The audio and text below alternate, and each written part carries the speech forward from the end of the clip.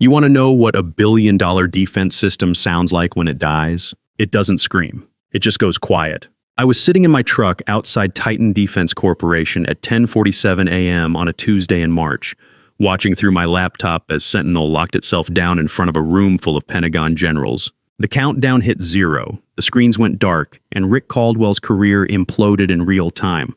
The best part? He had no idea I was watching, or that I'd triggered the whole thing from my parking spot 12 blocks away. But I'm getting ahead of myself. Let me back up to 3:47 a.m. that same morning when my phone buzzed with the kind of alert that makes your blood run cold. My name's Marcus Reynolds, but everyone calls me Mac. 47 years old, divorced dad, 16 years in Army Cyber Command before I got into private sector cybersecurity. I'd been senior cybersecurity architect at Titan Defense Corporation for 4 years, and Sentinel wasn't just my job, it was my life's work. The most advanced cyber defense platform the government had ever seen, protecting 892 critical infrastructure facilities from every hacker from Beijing to Moscow. That Tuesday morning started like most others. I was in my home office at 3:47 a.m., monitoring the overnight threat feeds when Sentinel's AI flagged something that made me sit up straight. Cozy Bear, Russian military intelligence, was probing the control systems at a water treatment plant serving 300,000 people in Ohio. The attack signature matched patterns I'd studied during my deployment to Fort Gordon, when I'd watched North Korean hackers shut down a power grid in South Korea. 47 people died when hospital life support failed during the 6-hour blackout. That's exactly why I built Sentinel, to never let that happen on American soil. The Russians were good, I'll give them that. They'd been inside the Ohio system for maybe 6 hours, mapping the network topology, looking for the critical control nodes that managed chemical injection rates. One wrong command and they could have poisoned the drinking water for 500,000 Americans. But Sentinel was better. I watched the AI identify 17 different intrusion vectors, isolate the compromised endpoints, and deploy countermeasures that locked the attackers out before they could execute their payload. The whole thing took 19 minutes from detection to complete resolution. Another crisis averted, another sleepless night protecting infrastructure that American families depend on without even thinking about it. This wasn't the first time I'd stopped something like this. Last year, it was Chinese hackers trying to manipulate the control systems at a natural gas pipeline in Texas. 6 months before that, Iranian cyber units attempting to disrupt the electrical grid serving a children's hospital in Pennsylvania. Each time, Sentinel had done exactly what I designed it to do: detect, isolate, neutralize. The system had prevented 31 major cyber incidents in the past 4 years, and most people would never even know how close we'd come to disaster. By 6:30 a.m., I was on my second cup of coffee and reviewing the incident report when my son Luke wandered into the kitchen. 16 years old, straight-A student, starting pitcher on his high school team, and the reason I got up every morning to do this job. He grabbed a protein bar and glanced at my laptop screen showing the threat analysis dashboard. "Dad, you're always up early working on that computer stuff. What exactly do you do again?" I looked at him. This kid who took electricity and clean water and internet connectivity completely for granted, the way kids should be able to. "I make sure the lights stay on when people need surgery, son. Make sure the water treatment plants work when kids need clean water. Make sure the bad guys can't shut down the things that keep American families safe." Like video game hackers? More like foreign governments trying to hurt Americans. Remember when I was deployed overseas before you were born? Same mission, different battlefield. Instead of protecting soldiers, now I protect the power plants and hospitals and water systems that keep our whole country running. Luke nodded, grabbing his baseball gear for morning practice. "That's pretty cool, Dad. My government teacher says cyber warfare is going to be the biggest threat of our generation." Your teacher's right. That's why guys like me work nights and weekends to stay ahead of it. After Luke left for school, I drove to the Titan building thinking the day would be routine. Maybe a few more threat assessments, some code reviews with my team, possibly a briefing on the Pentagon contract renewal. The meeting was supposed to be about expanding Sentinel's capabilities, maybe adding new predictive algorithms for zero-day exploits that we hadn't seen before. My core team, Kelly Martinez, Brad Wilson, and Amy Foster, had been with me since the beginning. Kelly was probably the smartest programmer I'd ever worked with, could write code that made other engineers weep with envy. Brad had 15 years of experience in network security before joining us, and Amy could analyze attack patterns like she was reading a grocery list. Together, we'd built something that protected nearly 1,000 critical facilities across the country. Instead of the technical meeting I expected, I found Rick Caldwell pacing behind his mahogany desk like a caged animal, sweating through his $5,000 Italian suit despite the office air conditioning running full blast. Max, sit down. We need to talk about operational efficiency. Corporate speak, for we're about to mess with your life. I'd heard that phrase before in my Army days when some Pentagon desk jockey wanted to replace experienced soldiers with cheaper contractors who'd never seen actual combat. I've brought in a consultant, Rick continued, someone who understands the modern marketplace, the new economy, someone who can help us modernize our approach to client engagement. That's when she walked in. Sophia Caldwell, Rick's 26-year-old niece, dressed like she was heading to a fashion photo shoot instead of a defense contractor's office. I knew her from Instagram, 400,000 followers watching her drink green smoothies and pose with designer handbags in front of sports cars she didn't pay for. "Uncle Rick says you're going to show me the ropes," she chirped, already pulling out her phone to record. This is so exciting. I'm thinking we could do a whole series. Behind the scenes at a defense company. My followers would totally love authentic content like this. The engagement rates on defense tech content are actually really good right now. I looked at Rick, trying to process what I was hearing. You want me to train her on Sentinel? Sophia has fresh perspectives, Mac. She graduated summa cum laude in digital communications from USC. The board thinks new blood is exactly what we need to modernize our approach, especially with the younger demographic. New blood. Right. What they needed was someone who understood that Sentinel wasn't some smartphone app you could figure out over the weekend. This was 12 layers of military-grade encryption protecting the backbone of American infrastructure. This was the system that had just stopped Russian hackers from poisoning Ohio's water supply 6 hours ago. I'm swamped with the Pentagon security review, I said, trying to keep my voice level. Maybe someone from the training department could help her get oriented to basic company policies first. Rick's face went hard. This isn't a request, Mac. It's a direct order. Sophia needs to understand our core systems architecture so she can help us communicate our capabilities to a broader market. The defense industry is changing and we need to change with it. I'd been in the Army long enough to recognize when someone was giving you an order they knew was wrong. The kind of order that gets good soldiers killed because some officer cared more about politics than protecting his people. The kind of order that put quarterly earnings ahead of operational security. I can't do that, Rick. The words hung in the air between us. Sophia kept recording with her phone, probably thinking this was great drama for her social media audience. Can't or won't. His voice dropped to that dangerous quiet that officers use right before they destroy your career. Won't, I said. Rick, Titan Sentinel isn't some smartphone app you can figure out over a weekend. It's 12 layers of military-grade encryption protecting the backbone that keeps American hospitals running and power plants operational. You don't hand classified defense protocols to social media consultants, no matter who their uncle is. Classified, Mac, we're not dealing with actual classified material here. The system architecture, the threat detection algorithms, the response protocols? Rick, if someone with bad intentions got their hands on how Sentinel actually works, they could reverse engineer vulnerabilities that would compromise every facility we protect. We're talking about children's hospitals, water treatment plants, electrical grids serving millions of people. I thought about this morning's incident in Ohio. If the Russians had known exactly how Sentinel detected their intrusion, they could have modified their approach. Instead of protecting 300,000 people, we might have been cleaning up after a mass poisoning event. Rick's hand moved to his desk phone intercom. Send security up here, now.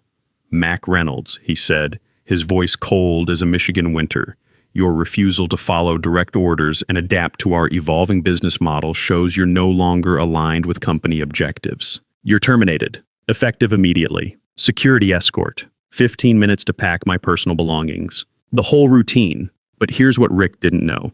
I'd been planning for this exact scenario since the day I started building Sentinel. See, when my ex-wife Sarah got breast cancer 3 years back, the medical bills nearly wiped us out. Even with insurance, the treatments cost us everything we'd saved for Luke's college fund.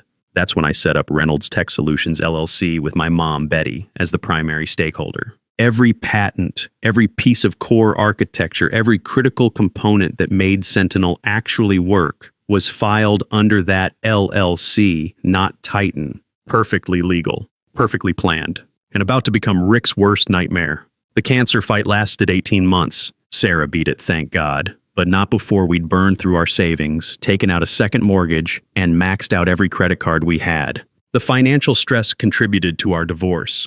She couldn't handle the uncertainty, the late nights I was working to rebuild our finances, the constant worry about Luke's future. But those sleepless nights taught me something valuable. Never put all your eggs in someone else's basket.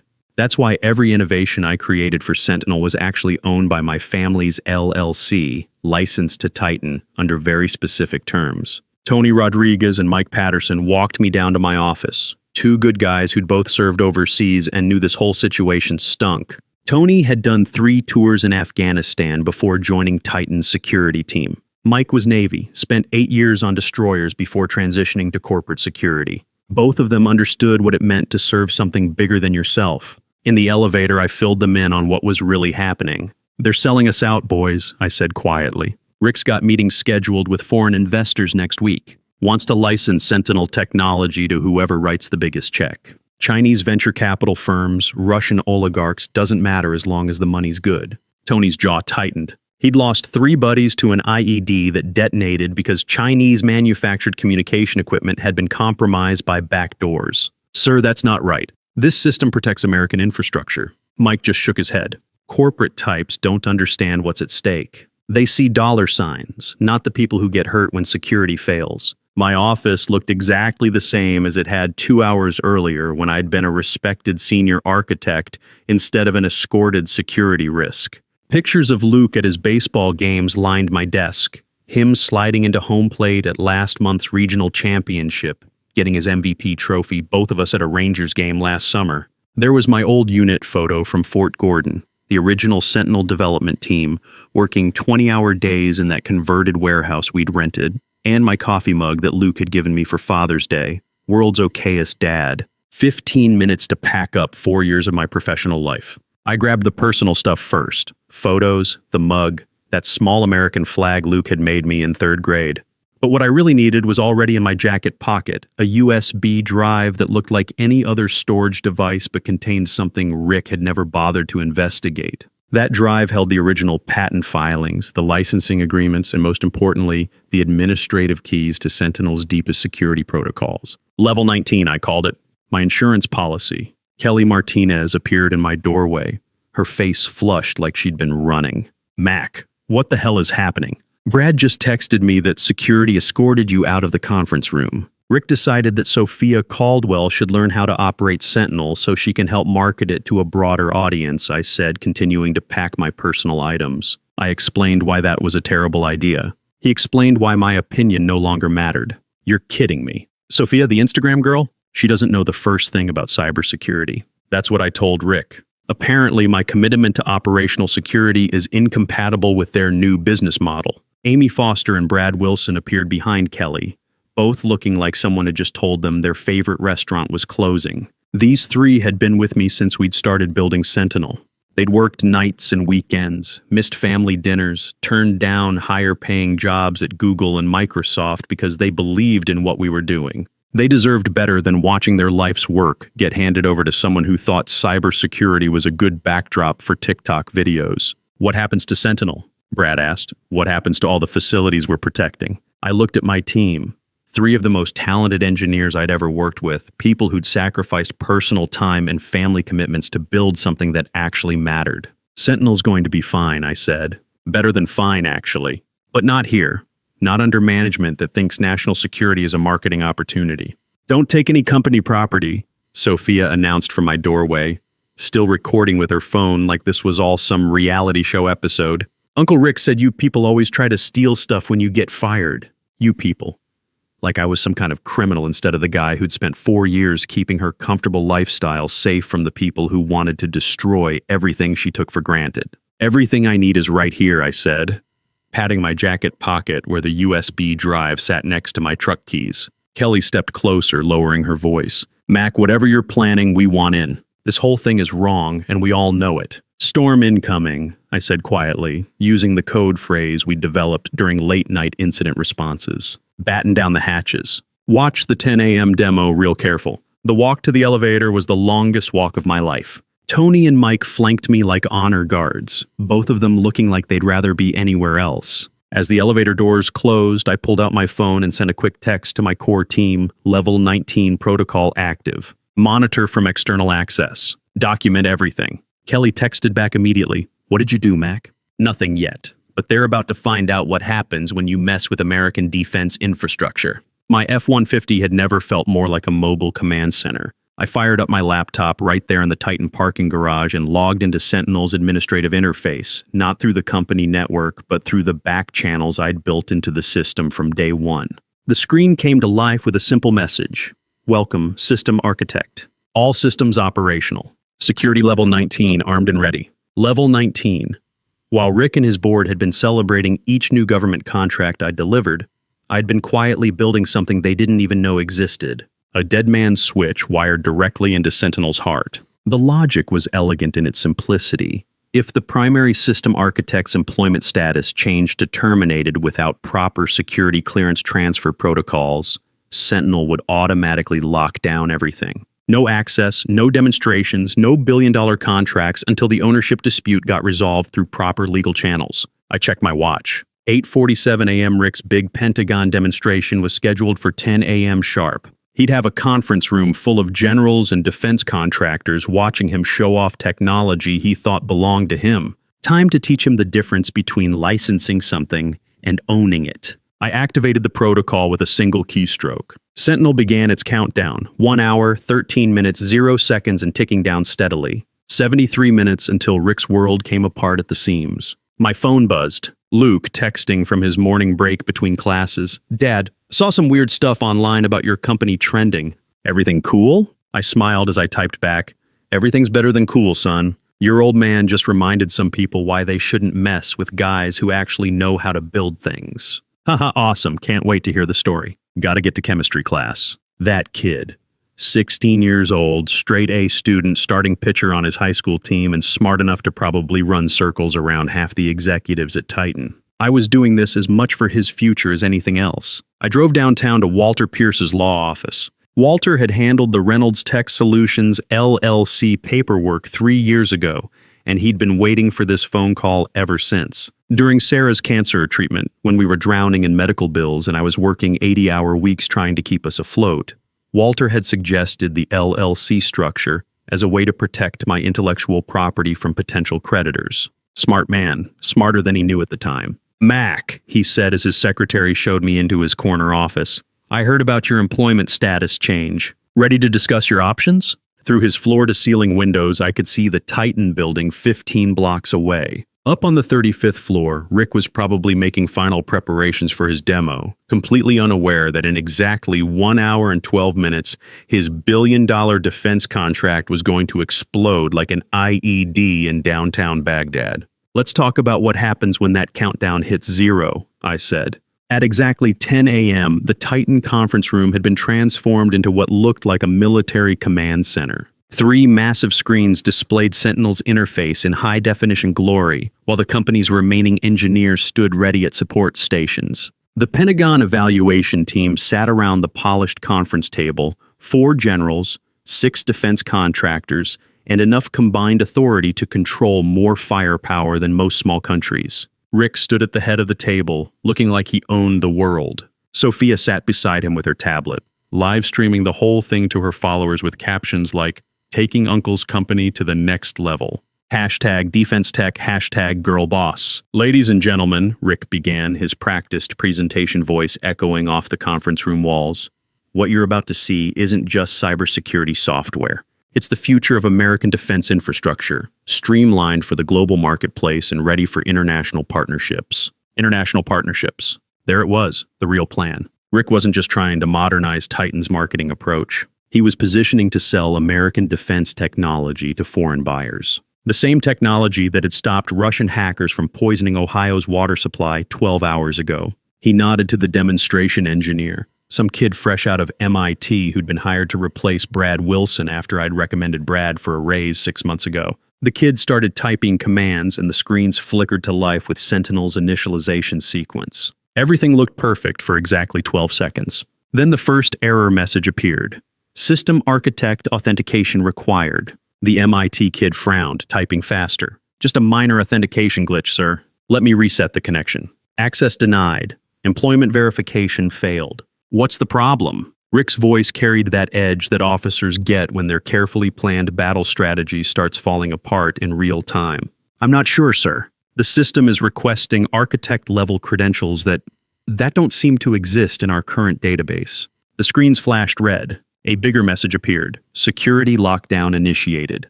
Time remaining, 0 hours, 47 minutes, 32 seconds. Contact system administrator for resolution. The Pentagon team exchanged those looks that senior military officers perfect over decades of dealing with contractors who overpromise and underdeliver. General Patricia Morrison, who'd been evaluating defense systems since before Rick got out of business school, leaned forward with the expression of someone who'd just watched a $1 million missile miss its target by 3 miles. Mr. Caldwell, she said in that steel trap voice that had probably terrified junior officers for the past 20 years, is there a problem with your system? No problem at all, General Morrison. Just a routine security protocol that will have resolved momentarily. Rick turned to Glenn Hoffman, the guy they'd promoted to CTO about 30 seconds after my security escort ended. Fix this, now. Glenn's fingers flew across his keyboard, sweat beading on his forehead like he was trying to defuse an actual bomb. Sir, I can't access the core systems. There's something here about security level 19, but I've never seen that protocol before. Level 19? What the hell is level 19? Nobody in that room knew the answer, which was exactly the point. The countdown kept ticking. 0 hours, 43 minutes, 17 seconds. 00, 43, 16, 00, 43, 15. Get Mac Reynolds on the phone, Rick barked at his assistant. Sir, he was terminated this morning per your direct orders. I don't care if he was terminated. Get him on the line anyway. The call went straight to my voicemail, the professional recording I'd set up specifically for this moment. You've reached Marcus Reynolds. I'm currently unavailable, but if this is regarding Sentinel system architecture, please consult your existing licensing agreements and employment contracts. Thanks for calling and have a great day. General Morrison stood up slowly, gathering her materials with the deliberate movements of someone who just wasted 3 hours of her valuable time. Mr. Caldwell, it appears you have significant internal issues that need resolution. We'll need to postpone this demonstration indefinitely. Wait, please, General. This is just a minor technical issue that we can resolve in minutes. Minor? The General's voice could have frozen fire. Your core defense system is completely inaccessible during a $1 billion contract evaluation. Your marketing representative is live streaming our classified discussion to social media. And apparently the only person who can fix this crisis is someone you fired 3 hours ago. She headed for the door, her team following like a well-disciplined unit retreating from a compromised position. We'll be in touch, maybe. The Pentagon team filed out in crisp formation, leaving behind a conference room that felt like a tomb. The countdown hit 0 hours, 15 minutes, and Sophia's live stream was capturing every second of the disaster for her hundreds of thousands of followers. Uncle Rick, she whined, finally lowering her phone as the magnitude of the situation started penetrating her social media bubble like, can't we just hire him back or something? Rick turned on her with the kind of fury that would have made a drill sergeant proud. Get out, now, and turn that damn phone off. She fled the room, her designer heels clicking rapidly down the hallway. But the damage was already done. Her live stream had broadcast Titan's complete humiliation to the world. The hashtag #DefenseFail was trending within minutes, and defense industry reporters were already calling for comment. When the countdown finally reached 0, all 3 screens went dark simultaneously. Then a single message appeared in bold white letters. Sentinel system in protective mode. All access revoked. For licensing inquiries, please contact Reynolds Tech Solutions, LLC. Authorized Representative Betty Reynolds. In the span of 2 hours, Rick Caldwell had lost everything. The Pentagon contract was dead. Titan's stock price was in free fall as news of the failed demonstration spread through defense industry circles. And Sentinel, the crown jewel technology that justified the company's entire valuation, was locked behind digital walls that only I controlled. My phone lit up like a Christmas tree with missed calls from Titan's legal team. Walter Pierce texted me from his office. 15 attempts to reach you in the past hour. Should I return their calls? Let them sweat until after lunch, I texted back. I'm busy, but the real entertainment was just getting started. My laptop showed 37 attempts to hack into Sentinel in the past 2 hours. IP addresses from all over the world. Romania, North Korea, Russia, even a couple from somewhere in Belarus. Rick had apparently gone straight to the dark web, throwing money at hackers like a desperate gambler doubling down on a losing hand. Each attack failed before it could even touch Sentinel's first layer of encryption. They were trying to break down a door that didn't exist. Level 19 wasn't something you could hack. It was a logic gate that made Sentinel forget it existed without proper authorization codes. Around noon, my phone rang. Glenn Hoffman, sounding like a man who'd just watched his career go up in flames. Mac, this is Glenn. Look, I know what happened this morning was unfortunate, but we need your help here. The entire system is down, and frankly, none of us understand the architecture well enough to troubleshoot it. System's working fine, Glenn. It's just not working for you. Come on, Mac. We both know this is about more than just your termination. You're absolutely right. It's about Rick trying to sell American defense technology to foreign investors. It's about replacing experienced engineers with social media consultants.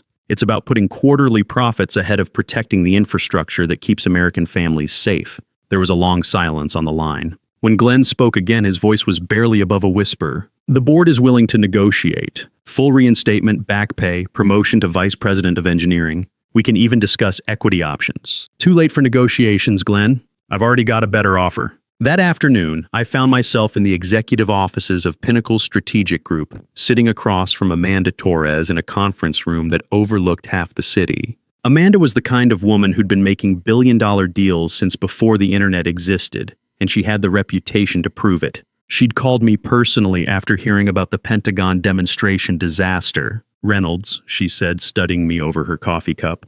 I've had a very interesting day. General Morrison called me personally after the Titan demonstration. In 30 years of defense contracting, she said she's never witnessed such a spectacular system failure. Titan disappointed her. No, she smiled with the sharpness of a combat knife. Rick Caldwell disappointed her. Titan is just office space and furniture. What we were interested in was Sentinel technology. And Sentinel, our legal team discovered this morning, was never really Titan's to sell in the first place. She slid a tablet across the polished table. The screen displayed the original Reynolds Tech Solutions LLC Incorporation documents, with my mother's name prominently listed as primary stakeholder. Our attorneys have been busy since 11 a.m., Amanda continued. Every patent, every core innovation that makes Sentinel valuable, it all traces back to your LLC. Titan has been licensing technology they never actually owned. They had full usage rights, I said carefully, as long as certain employment conditions were maintained.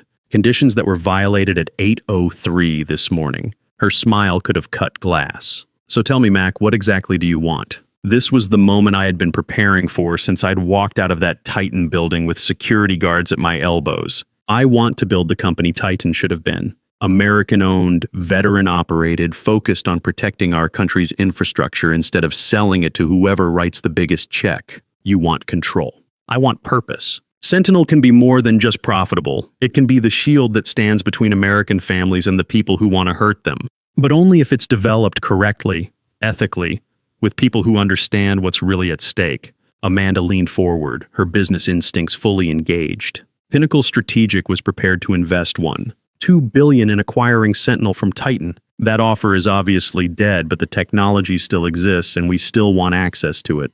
She slid another document across the table.